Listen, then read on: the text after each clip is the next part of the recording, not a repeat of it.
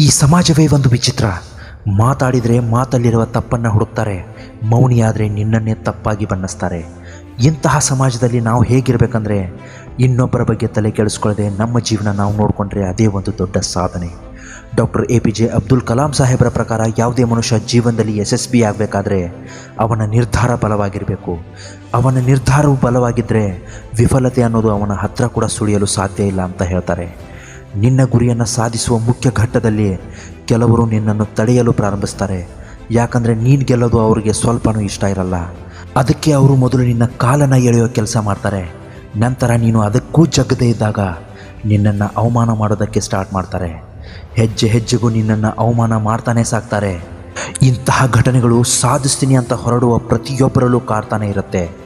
ಅಂಥವ್ರಿಗಾಗಿ ಕಲಾಂ ಸಾಹೇಬರು ಕೆಲವು ಮಾತನ್ನು ಹೇಳ್ತಾರೆ. ಅವುಗಳಲ್ಲಿ ಪ್ರಮುಖವಾಗಿ ಈ 2 ಕೆಲಸ ಮಾಡಿದರೆ ಸಾಕು.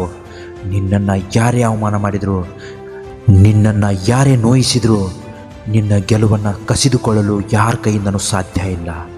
ಮೊದಲನೇದಾಗಿ, ನಿನ್ನ ಕೆಲಸ ನೀನು ಮಾಡ್ತಾಯಿರು. ಮುಂದಿಟ್ಟ ಹೆಜ್ಜೆ ಯಾವುದೇ ಕಾರಣಕ್ಕೂ ಹಿಂದಿಡಬೇಡ. ಕಲಾಂ ಸಾಹೇಬರ ಒಂದು ಮಾತನ್ನು ಹೇಳ್ತಾರೆ, ಅದೃಷ್ಟದ ಮೇಲೆ ಯಾವತ್ತೂ ನಂಬಿಕೆ ಇಡಬೇಡ. ನಿನ್ನ ಮೇಲೆ ನೀನು ನಂಬಿಕೆ ಇಡು. ನಿನ್ನ ಆತ್ಮಬಲದ ಮೇಲೆ ನಂಬಿಕೆ ಇಡು. ನಿನ್ನ ಕಠಿಣ ಪರಿಶ್ರಮದ ಮೇಲೆ ನಂಬಿಕೆ ಇಡು. ಯಶಸ್ಸು ತಾನಾಗೆ ನಿನಗೆ ಸಿಕ್ಕೇ ಸಿಗತ್ತೆ ಅಂತ ಹೇಳ್ತಾರೆ. ಯಾರೇ ನಿನ್ನನ್ನು ಅವಮಾನಿಸಲಿ, ನಿಂದಿಸಲಿ, ನೀನು ಮಾತ್ರ ಮುಂದಿಟ್ಟ ಹೆಜ್ಜೆ ಹಿಂದಿಡಬೇಡ ಅಂತ ಕಲಾಂ ಸಾಹೇಬರು ಹೇಳ್ತಾರೆ.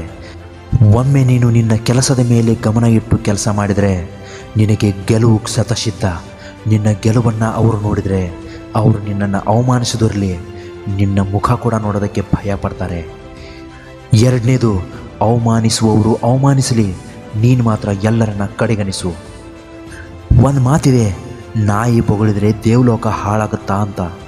ಅದು ನಿನ್ನನ್ನು ಹೆಜ್ಜೆ ಹೆಜ್ಜೆಗೂ ಅವಮಾನಿಸ್ತಾರಲ್ಲ, ಅಂಥವ್ರನ್ನ ನೋಡಿಯೇ ಹೇಳಿರಬೇಕು, ಬದುಕು ಎಷ್ಟೇ ಕಷ್ಟ ಎನಿಸಿದರೂ ಬದುಕಲೇಬೇಕು.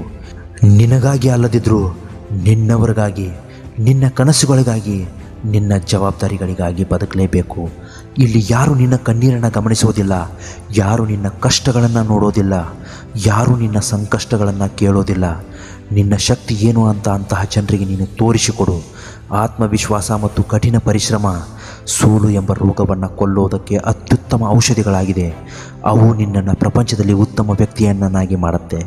ಕೊನೆಗೊಂದು ಮಾತು, ಇತರರಿಗಾಗಿ ನಿನ್ನ ಸ್ವಂತಿಕೆಯನ್ನು ಬಿಟ್ಟುಕೊಡಬೇಡ. ಯಾಕಂದರೆ ಈ ಪ್ರಪಂಚದಲ್ಲಿ ನಿನ್ನ ಪಾತ್ರ ನಿನಗಿಂತ ಚೆನ್ನಾಗಿ ನಿಭಾಯಿಸೋದಕ್ಕೆ ಯಾರ ಕೈಯಿಂದಲೂ ಸಾಧ್ಯ ಇಲ್ಲ. ಡಾಕ್ಟರ್ APJ ಅಬ್ದುಲ್ ಕಲಾಂ ಸಾಹೇಬರ ಇನ್ನಷ್ಟು ನುಡಿಮುತ್ತುಗಳೊಂದಿಗೆ ಮತ್ತೊಂದು ವಿಡಿಯೋದಲ್ಲಿ ತಪ್ಪದೆ ಸಿಗೋಣ. ನಮಸ್ಕಾರ, ಎಲ್ರಿಗೂ ಒಳ್ಳೆಯದಾಗಲಿ.